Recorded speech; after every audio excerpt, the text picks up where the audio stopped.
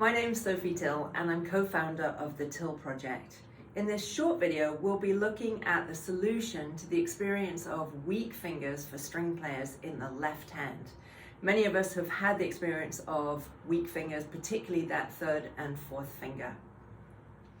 So first thing we're going to do is let's look at the hand. We're obviously talking about left hand here. And we need to come to terms with two glaringly obvious truths about how this thing is designed. So the first thing is, it's actually kind of fun to think of asking an alien this question because it would seem probably so obvious, is that our fingers are clearly different lengths. That's very obvious. The second thing to look at is if we investigate their lift drop capacity, what we notice is if I go up and down with my index finger, it feels pretty good. If I start going up and down with my second finger, it becomes pretty clear that that's not so good. If I go up and down with my ring finger, things are deteriorating rapidly.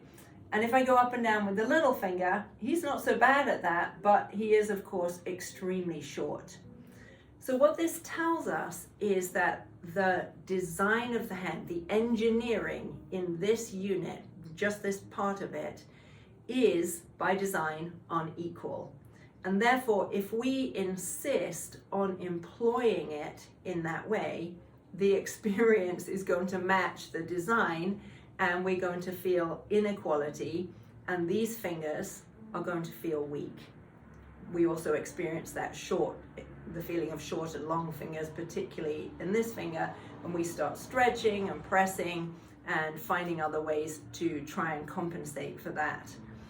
So clearly that's not a good solution. That would be a little bit like going to the gym to come out with your toes having equal strength and being the same length. It would seem a little bit absurd to us to go and do that. So there has to be another solution to the experience or gaining the experience of equality in all four fingers. So let's look at what we do in daily life. So if you just tap around your face, and you don't have to aim at any particular finger, almost like you're putting cream on your face or just feeling your eyebrows, doesn't matter which hand, and it doesn't matter which random fingers happen to touch. You realize that you are not experiencing weak or short fingers.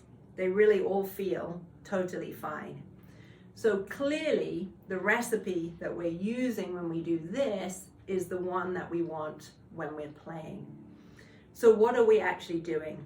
What we're doing is we are instinctively lining up the forearm behind the finger that is tapping. And the other fingers that are not tapping, but that happen to be part of the team, are remaining part of the team. A really common thing is what's called dual muscular pull when we're playing with the fingers. So, for example, if I'm playing my first finger and the arm is trying to get the string to the point of sound and the other fingers are lifting, I'm essentially creating a tug of war.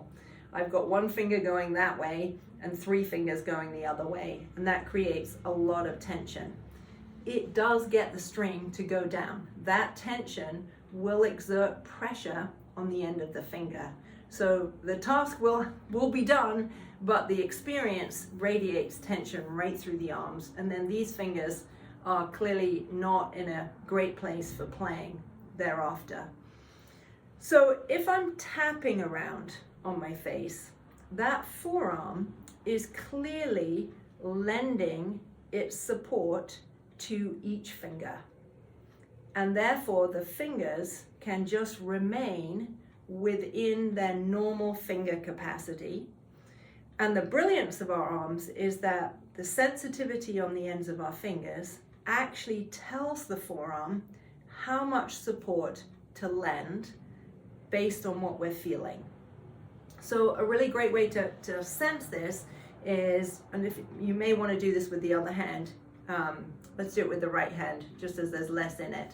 If you touch your eyebrow, you can feel the surface of the hair. You can just very gently touch the surface. You can also feel the bone. So in both these examples, what's happening is the end of your finger is telling your forearm to do a little bit more or a little bit less, depending on what you want to feel. In neither case are you pressing or lifting with the other fingers or using the finger in some form of isolation. Try that with the left arm. So you can just find an eyebrow. It's actually a great place to work and feel the surface of the hair and then feel the bone. So if I try that with a different finger, the sensitivity on the ends of my fingers will actually essentially send a message to the forearm as to how much support we need, and they will adjust accordingly. And as long as that team is together, that immediately lends its support as needed. So let's start taking this over to the instrument. So we looked at that movement called falling up with a fundamental forearm rotation, which is this movement, and enables us to get to the strings with that finger, hand, and forearm unit. So when we play a finger, the arm is going to be supporting that finger to the left. We're not actually pulling down on the strings. We're actually, because of where the arm is, we're actually playing to the left.